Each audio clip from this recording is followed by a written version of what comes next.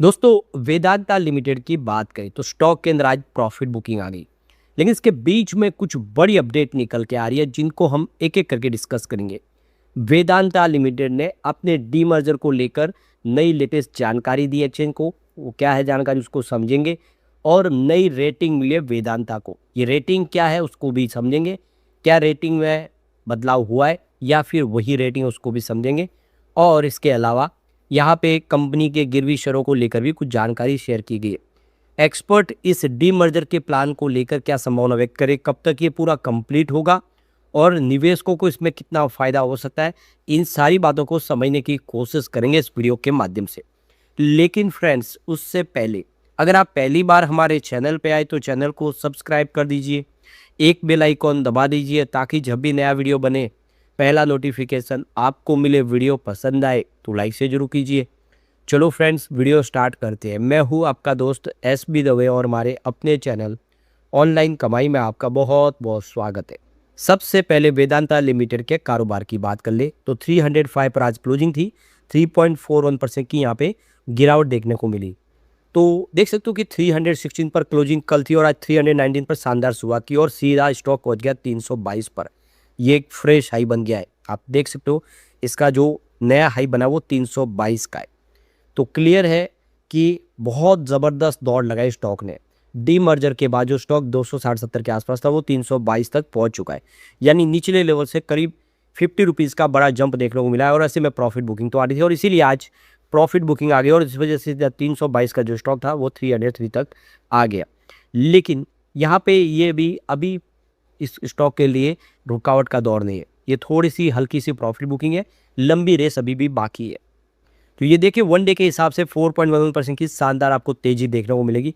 पिछले एक सप्ताह में 14.43% की दौड़ लगा चुका है स्टॉक, जबकि 1 मंथ का रिटर्न 22.61% पॉजिटिव है। और 3 मंथ की बात यहाँ पे 26.07% की दौड़ लगा चुका है स्टॉक।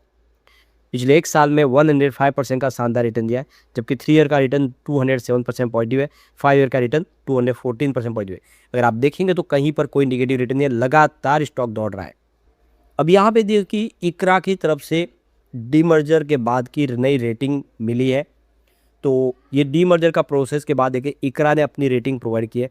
तो वेदांता की जो रेटिंग आप देखें तो इकरा की तरफ से AA की रेटिंग दी गई है और वॉच डेवलपिंग का यहाँ पे आप देख सकते हो कि इसका आउटलुक है। इकरा A1+ की रेटिंग है। आप देख सकते हो ये शॉर्ट टर्म रेटिंग। अब आप देख सकते हो कि रेटिंग में कोई बदलाव नहीं हुआ है।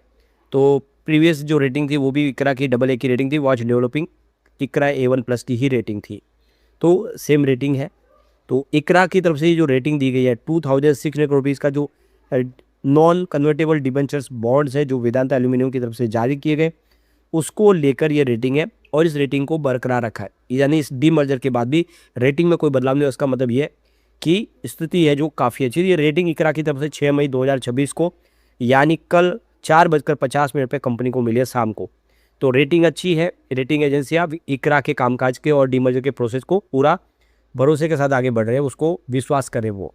अब यहाँ पे इस डीमर्जर को लेकर वेदांता ने अपनी सारी रिपोर्ट अपने शेयर होल्डर के साथ जारी कर दी है। उनके साथ में शेयर किया है कि किस तरह से ये डीमर्जर कंप्लीट होने जा रहा है। तो वेदांता की कंपनी है जो अब 5 हिस्सों में बंटने जा रही है।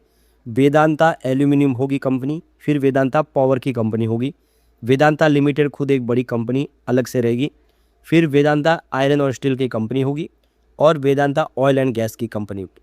तो ये 5 अलग अलग बिजनेस है जो अब अलग हो चुके हैं और अभी फिलहाल बाजार में लिस्ट है वो है वेदांता। ठीक है, ये 322 की जो प्राइस है वेदांता की थी आज, अभी 303 के आसपास भी आई। लेकिन अभी 4 कंपनियों की लिस्टिंग होनी है। अगर हम ये 4 कंपनियों की अगर प्राइस को अगर हम देखें और अगर इनकी प्राइस लगभग 150 भी समझे वेदांता के मुकाबले आधी, तो भी इनकी प्राइस जो निकल के आएगी वो 600 के आसपास हो जाती है। यानी शेयर होल्डर को है वो बहुत सारा फायदा होने जा रहा है। अब वेदांता ने अपने रिजल्ट को लेकर भी यहाँ पे अपनी राय दी है, जिसमें रेवेन्यू देखे तो 51,524 करोड़ का वेदांता ने बताया, जिसमें 29% की अर्निंग बेसिस पे जबरदस्त जंप देखने को मिले। एबिटाडा 18,447 करोड़ के आसपास बताया, जहाँ पे 59% की अर्निंग बेसिस पे जबरदस्त जंप देखने को मिली है। और ये देखिए इसका जो रिकॉर्ड मार्जिन है वो काफ़ी 915 बेसिस पॉइंट के साथ ईयर ऑन बेसिस पे 44% की जंप दिखा रहा है। प्रॉफिट आफ्टर टैक्स भी देखें तो 9,352 करोड़ का बताया, जिसमें 89% की ज़बरदस्त जंप है। यानी क्लियर है कि वेदांता का बिजनेस बहुत ज़बरदस्त कर रहा है। अब अगर हम पूरे फाइनेंस 2026 की बात करें तो रेवेन्यू देख सकते हो यहाँ पे 1,74,075 करोड़ के आसपास होता है, जिसमें ईयर ऑन बेसिस पे 15% की वृद्धि देखने को मिल रही है। एबिटाडा 55,976 करोड़ का बताया, जिसमें 29% की ईयर ऑन बेसिस पे जंप देखने को मिली है। प्रॉफिट आफ्टर टैक्स 25,096 करोड़ का बताया, जहाँ पे 22% ईयर ऑन बेसिस पे जंप देखने को मिली है। अब ये क्लियर है कि कंपनी का 4 साल दर साल के हिसाब से देखेगा क्वार्टर ऑन क्वार्टर बेसिस पे रिजल्ट तो ज़बरदस्त ही रहा है। कॉस्ट ऑफ प्रोडक्शन देखें तो एल्यूमिनियम के अंदर 5% की ईयर ऑन बेसिस पे जंप है, जिंक के अंदर 9% की ईयर ऑन बेसिस पे जंप है, और देख सकते हो ये दोनों ही 5 साल में सबसे लोएस्ट लेवल पे। अब क्रेडिट रेटिंग भी देखें तो वेदांता की AA की रेटिंग है इकरा की तरफ से, और कृषि की तरफ से इसको रीअफर्म कर दिया गया है। वेदांता रिसोर्सेज की रेटिंग BB- की रेटिंग है, फिच रेटिंग की तरफ से दी गई है। नेट डेट एबिटाडा देखें तो 0.95x का है। ये आप देखें स्थिति इसमें काफ़ी अच्छी हुई है। रिटर्न ऑन कैपिटल एम्प्लॉय भी देखें तो ये 32% के आसपास, जिसमें 539 BPS ईयर ऑन बेसिस पे आपको देखने को मिलेगा। टोटल शेयर होल्डिंग रिटर्न भी देखें तो 48.6% रहा है, जो काफ़ी शानदार है। ग्रोथ कैपेक्स 14,918 करोड़ का बताया, जहाँ पे 18% के बेसिस पे जंप देखने को मिलेगा। कुल मिला के देख सकते हो कि वेदांता का जो इस समय विज़न है क्लियर है, कंपनी का बिजनेस बहुत ज़बरदस्त है। कंपनी के प्रोडक्शन की अगर बात करें तो एल्यूमिनियम प्रोडक्शन 2,456 KT के आसपास, जिसमें 1% के बेसिस पे जंप है। इसके अलावा एल्यूमिनिया के 2,916 KT के आसपास, जिसमें 48% के बेसिस पे जंप है। फेरोक्रोम की बात हो 101 KT के आसपास, जिसमें 21% के बेसिस पे जंप है। और यहाँ पे अगर हम बात करें इसके मेटल प्रोडक्शन की, जिसमें एनुअल प्रोडक्शन भी देखें तो 1,114 KT के आसपास, जिसमें 2% की बेसिस पे जंप देखने को मिली है। और यहाँ पे ईयर ऑन बेसिस पे अगर एल्यूमिना की बात हो 851 KT के आसपास रहा है, जिसमें 3% के बेसिस पे जंप है। और यहाँ पे देख सकते हो कि फेरोक्रोम की बात करें 225 KT के आसपास, ईयर 27% के बेसिस पे जंप है। यानी जिंक का जो बिजनेस भी देखे तो कंपनी का बेहतर है, और जिंक इंटरनेशनल का बिजनेस भी काफ़ी अच्छा रहा है। आयरन ओर में भी देखें तो 10% के बेसिस पे जंप है, जो 895 KT के आसपास रहा है। कॉपर 170 KT का, जिसमें 15% के बेसिस पे जंप है।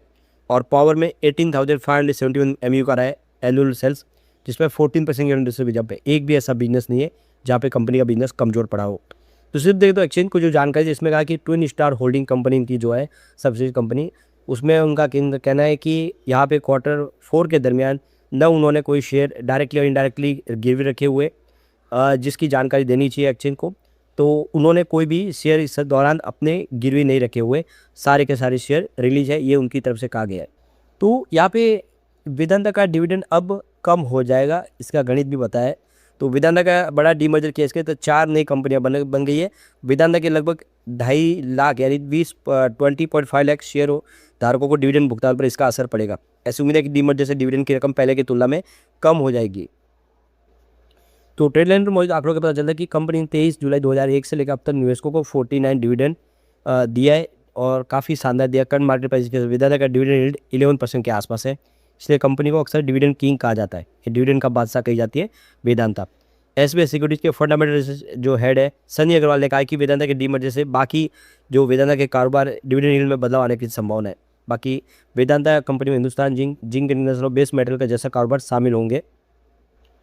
तो उन्होंने कहा कि भविष्य में डिविडेंड देना जारी रख सकती है कंपनी, लेकिन हालांकि प्रति शेयर जो डिविडेंड है उसमें कमी आने की संभावना है, क्योंकि डीमर्जर के हिस्से में कई बड़े बिजनेस जो मजबूत कैश फ्लो अलग करते हैं अब पेरेंट कंपनी से अलग हो गए। ऐसे में वेदांता लिमिटेड का डीमर्जर जो डिविडेंड है वो कम हो सकता है, ऐसा निवेशकों को लगता है, जो बड़े मार्केट एक्सपर्ट उनको लगता है।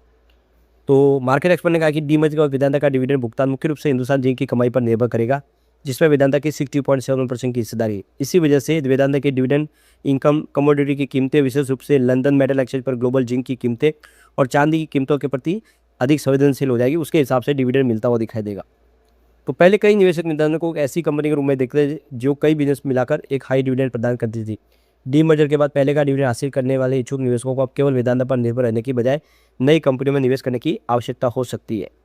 तो मार्केट एक्सपर्ट उनका कहना है कि एल्यूमिनियम और तेल गैस जैसे स्तर बिजनेस है जो अच्छा डिविडेंड जारी रख सकते हैं, उनके यहाँ पे डिविडेंड अच्छा मिल सकता है, क्योंकि ये मैच्योर बिजनेस है।